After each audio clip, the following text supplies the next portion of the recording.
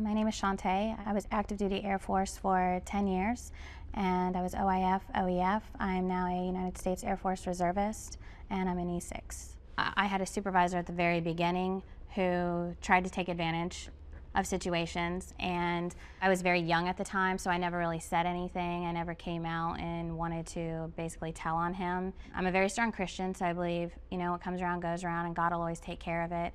And a year later, the same guy that tried to take advantage of me he was taking advantage of other airmen, and he actually got put in prison, so he was taken care of. Another situation, I had a supervisor who he was hateful. He was always mean. He was very hard on me, and I took it even though I was successful at my job. I'd won many awards early on in the Air Force. I did a very good job, so I knew I was confident in my job, and I kind of ignored him. And one day I finally snapped, and I told him, would you treat your wife, your child, your grandmother, your aunt, any of these women in your life, would you treat this way? I was like, because I am somebody's daughter. I am somebody. And it's the way that many either try to come across very hard, I think, or they come across as condescending, and they're going to, try to lure you into their bedroom. So it's a lot of times one spectrum to the other, and it's a learning process.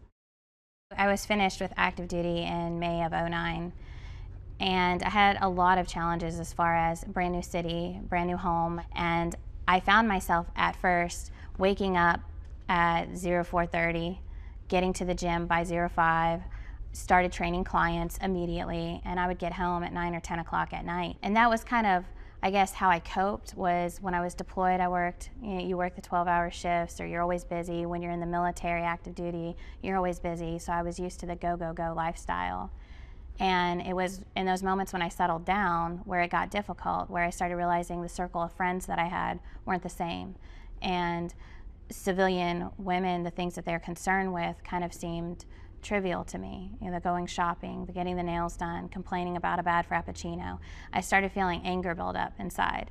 And I still wouldn't share it with anybody. I would come home and I would make sure every dish was clean. I would pack lunches, and I want everything in a specific place. My bed's made every morning, and they would say one thing to me, and in all honesty, I would just start crying. I would break down. It's sad, but I don't get enough sleep, and I've tried, but you do. You get a lack of sleep, and it doesn't matter sometimes how many years go by, but you stay up at night and you think, and a lot of things bother you that you don't always let out because you feel insecure and you feel that you can't talk about it. With me, it's the images of the soldiers coming back from Iraq and just the dirty, tired, sad faces, and just remembering how worn out they looked. And that image just haunted me. And I guess coming from being a combat lifesaver and coming from that perspective, I've seen men who dealt with just trauma and all the hardships they face. So on a day-to-day basis, and dealing with people who complain, like I said, about the little things, I'm sitting there with these images in my mind thinking, really? That bothers you? When you first get out of the Air Force and deciding what you're gonna, or the military in general, it is very hard to know what you want to do. I wanted to enroll in school, and I thought, no, I need to go into a school, I need to have a classroom setting.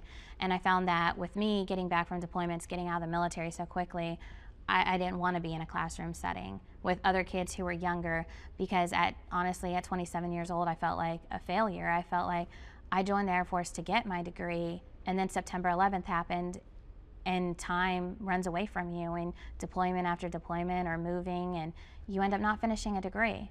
So I felt less than. And when my father told me about the program with GCU, I called the VA, I called to get my GI Bill, and I got things rolling. I got all the help I needed immediately.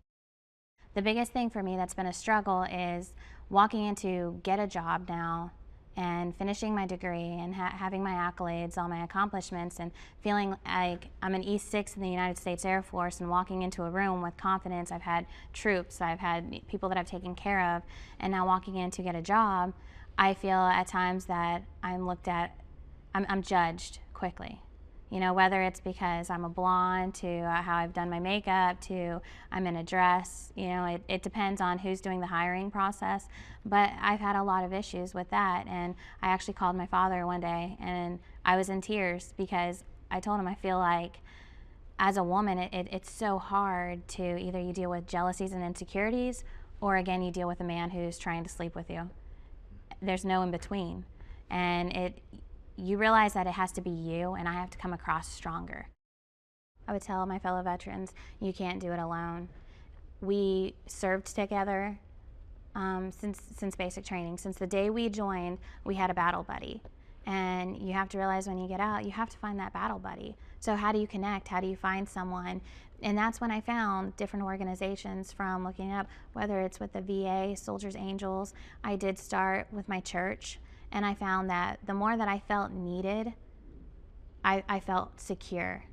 And that's, you have to get out and find where you're needed. And you have to know that other veterans need you. We can't do it alone. And that's the bottom line. I wish people would wake up and realize that in their loneliest nights, there are people who care and there are people that want to connect.